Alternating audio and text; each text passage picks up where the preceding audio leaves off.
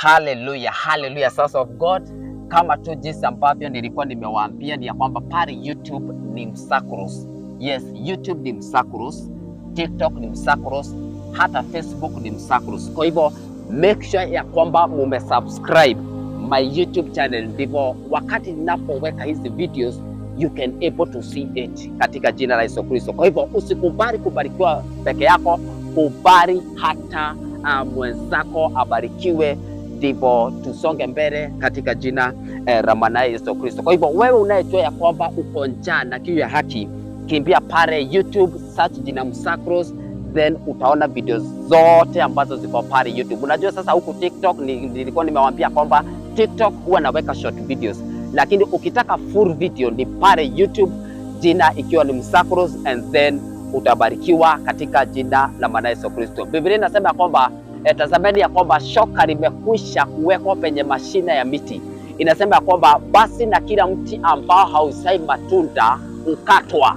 Kwa hivyo hukatwa. Inasema kwamba kila mti ambao hauzai matunda mazuri hukatwa. Kwa hivyo kuna difference between utakatwa na hukatwa. Kwa hivyo hukatwa inamaanisha hadi wa leo huo mti ambao hauzai matunda bado still unakatwa. Kwa hivyo sijui wewe matunda ambayo unayoyatoa ni matunda gani?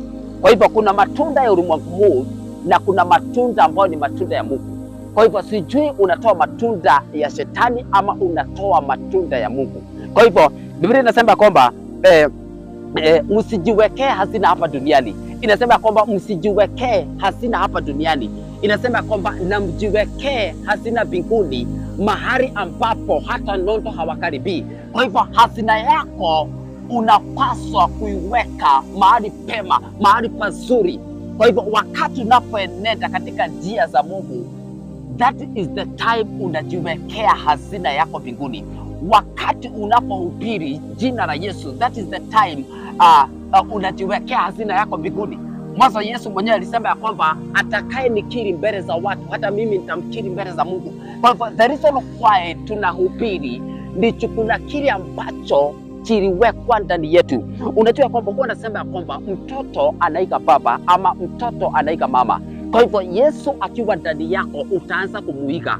Tunaona ya kwamba Yesu alikuwa anahubiri. Kwa hivyo ni kumaanisha Yesu akiwa ndani yako utaanza kuhubiri.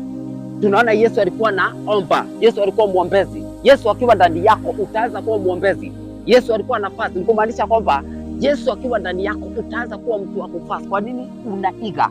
Hapa ni kuiga. Kwa hivyo kile ambacho, kwa hivyo kunalingana ni nini ambayo iko ndani yako.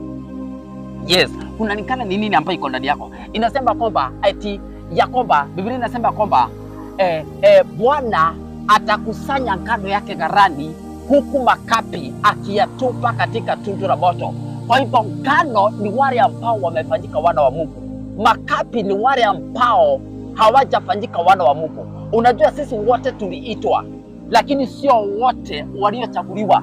Kila mtu aliitwa, lakini waliochaguliwa ni wachache. Na huwa nasema kwamba kila mtu ako na Mungu. The reason why nasema kwamba kila mtu ako na Mungu ni juu hai. Hallelujah, sons of God. Sisi wote tuko na Mungu, lakini wanaotembea na Mungu ni wachache. Inasema kwamba Biblia inasema kwamba na waabuduo halisi wataabudu Mungu katika roho na kweli. Inasema kwamba Bwana anawatafuta wale watu ambao wanaomwabudu katika roho na kweli. Kwa hivyo wakati unapoenenda jinsi ambavyo Roho anavyokuagiza wewe kuenenda na unaenenda hivyo, basi ni kumaanisha unaabudu Mungu katika roho. Wakati unapoenenda jinsi ambavyo Yesu anavyokuagiza wewe kuenenda, basi ni kumaanisha unaabudu Mungu katika kweli. Mwanzo jina lingine la Yesu ni kweli. Kwa hivyo sons of God, tuko katika nyakati za mwisho. Na mwana wa Adamu, Biblia inasema kwamba mwana wa Adamu anakuja na mawingu. Inasema kwamba basi na kila jicho litamuona. Inasema kwamba na waliomsaliti wataomboleza. Kwa hivyo sijui kama unasaliti mwana wa Adamu. Kwa hivyo wakati unapoenenda katika mambo ya ulimwengu huu ni kumaanisha unasaliti mwana wa Adamu.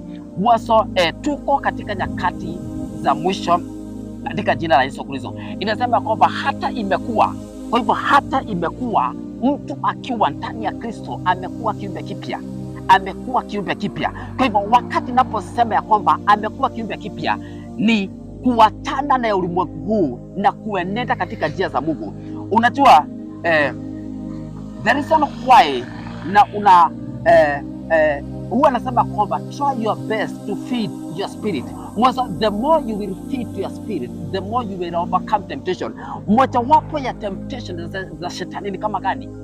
Wakati unapoumwa na kichwa, unapata ya kwamba kile ambacho unachowaza, unafikiria jinsi ambavyo utakavyoendea dawa, unafikiria jinsi ambavyo utakavyoendea mara moja, unafikiria jinsi ambavyo utakavyoendea Panadol, unafikiria jinsi ambavyo utakavyoenda chemistry, unafikiria jinsi ambavyo utakavyoenda hospitali ukatibiwa. Kwa nini? Juu kuna kile ambacho umejiwekea ndani yako. Biblia inasema kwamba na watu, inasema kwamba watu wale waliokaa katika giza wameona mwanga mkuu, na wale waliokaa katika uvuli wa mauti mwanga umewazukia. Hallelujah, sons of God.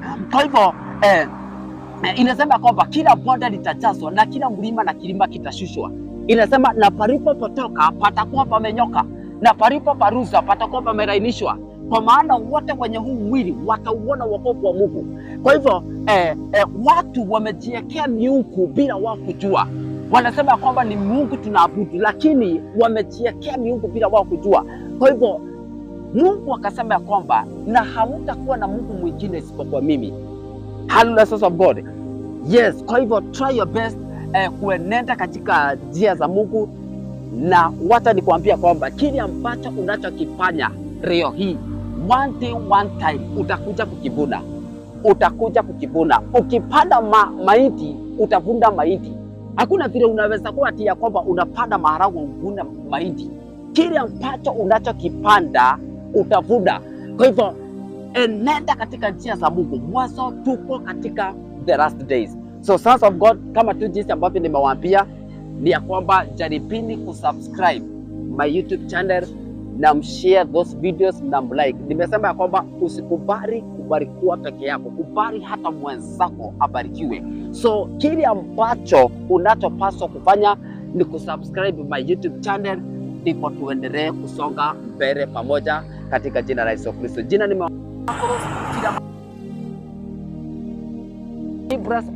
tutapatana siku nyingine katika jina la Yesu. Amen.